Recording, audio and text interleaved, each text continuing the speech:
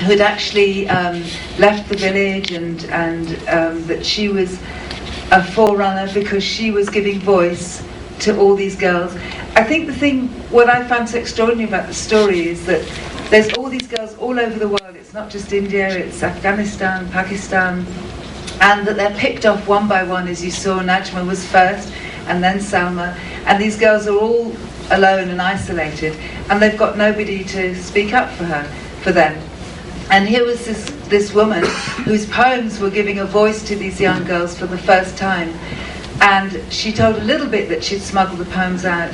And I just read about Nelson Mandela, I just read his book, about how he smuggled his book out on little bits of toilet paper. And every time a prisoner was released, they would smuggle a bit of the book out with them.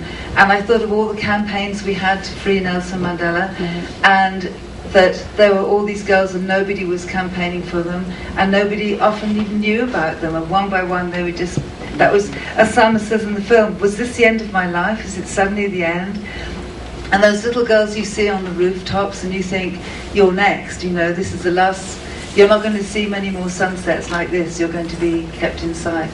And I thought, oh, wouldn't it be wonderful if I could go and make a film with this woman and celebrate her, celebrate somebody that's had the courage, a sort of one in a generation to have the courage to stand up, and as her friend said in the kitchen, you gave me strength, and maybe her story would give other women strength. And I'm not sure, I don't know whether films or poems or novels change things. I don't think they change things in a way that you watch a film and you go out and you start a revolution. I think how change happens is there's a sort of little shift. You watch something like this, maybe a girl watches this, or somebody will watch it, and there's a little shift, and you see something slightly differently. And that, I think, what's happening in India now is a reflection of a shift in mindset. It wasn't just that rape case that caused this great outpouring of anger and sort of protest, really. It's been a gradual thing that's been building up. It doesn't come from nowhere. As in the Arab Spring, I don't know if you read that this young man set fire to himself because he couldn't get a market stall, and it was so corrupt, and then that was the one thing that sparked it, but it had been building for 40 years where Mubarak had been in power. So I think it's a very mysterious thing, change. But also I think in terms of us here, I think there's change that can happen, for ourselves. I mean, my mother stayed in a really, really unhappy marriage with my father, and I think if she'd seen this film, I think she would have thought if Salma could do something, she left school at 13 and educated herself, and she's actually made a difference. Maybe I can change something. I don't know.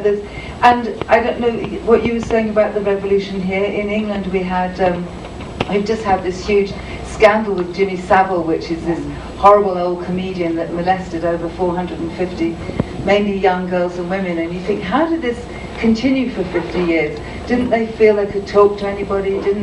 Because the most vulnerable people have no power. It's not really, it's about power.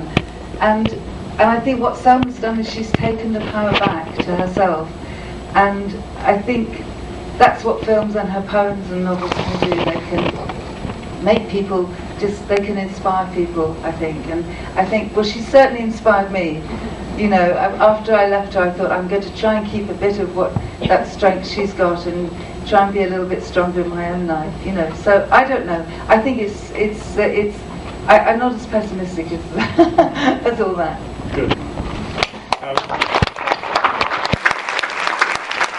There was a question on the Hindu and the Muslim. Can you just add one comment? Sure. But what Salma said is very correct. And I don't know how many of you have watched this can understand. This background, this community here is not a very poor community. It is rather affluent community. They are merchants, people who have reasonable wealth. They are, if not low middle class, they are upper middle class families. Yet the women have been not given the freedom to do what they want. They do value some education. The women understand that. But there is this tradition and the culture of the Muslim world which is imposed on them, which they are afraid to break away from.